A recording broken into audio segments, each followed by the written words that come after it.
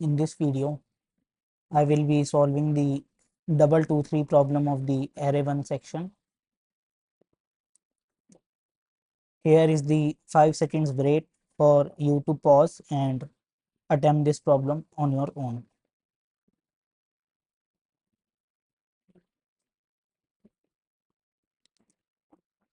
Alright. So, in the double-23 method, we will be given an integer array nums whose length can vary from 0 till 2, and we need to return true if the passed array num contains either 2 2 times or 3 2 times.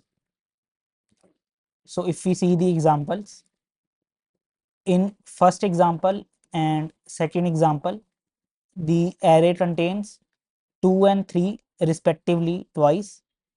Hence, in these both cases, true is being returned.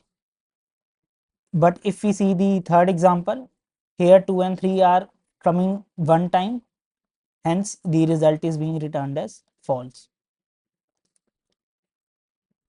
So one thing which we can say for sure is that if the length of the nums array is less than 2, then we can never return true, because in order to return true, we need to at least check 2 elements. So we can write first that logic, int len is equal to nums dot length,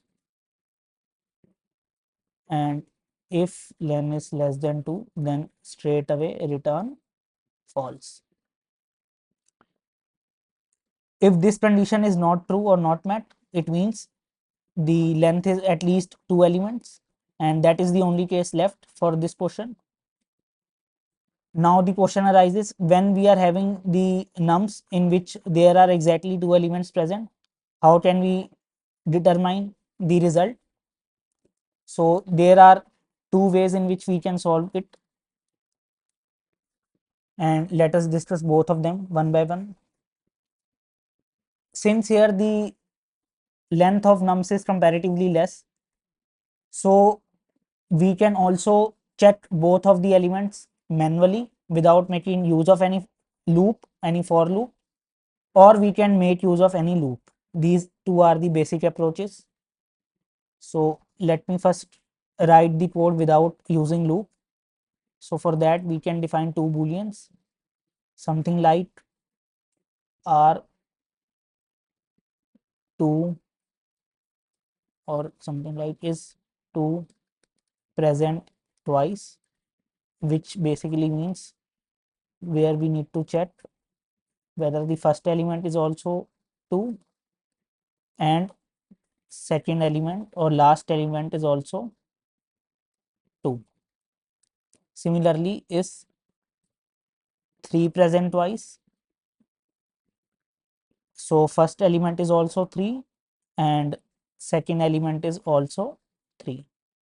And at last we can just return back their OR result of these two booleans. Of course, at a time only one of them can be true, and if one of them is true, then the result is true only. Let's try to run the test cases to verify. One is failing. Why? 2 3 2. Okay, I mistakenly wrote it as true. It has to be false. Let's check now. Yes, we can also verify it by uploading this code on the platform. Yeah, all correct. Now let me comment this and discuss the second approach. So for that, we can maintain two counter variables. Count of 2 is also 0 and count of 3 is also 0, and we can iterate our nums array. In case we find the element to be equal to 2, we increment the count of 2 by 1, and similarly we do the same thing for 3, just incrementing the count of 3 by 1 this time. At last we need to check whether the count of 2 is equal to 2 or the count of 3 is equal to 2, which would signify that both of the elements are either 2 or 3. So now we can write, let me remove the extra line. Yes, now we can write return count of 2 is equal to 2 or count of 3 is equal to 2. This should work. Let's see. Yes.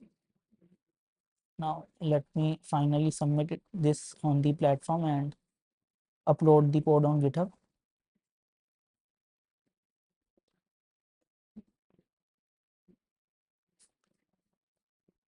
No, let me remove this entirely and now paste it. I hope I have not copied the extra braces. Yes, I was thinking this only. Yes. Now let me run these git add, git commit, double solution, double tests, all right. And finally execute git push and check our code has been uploaded successfully.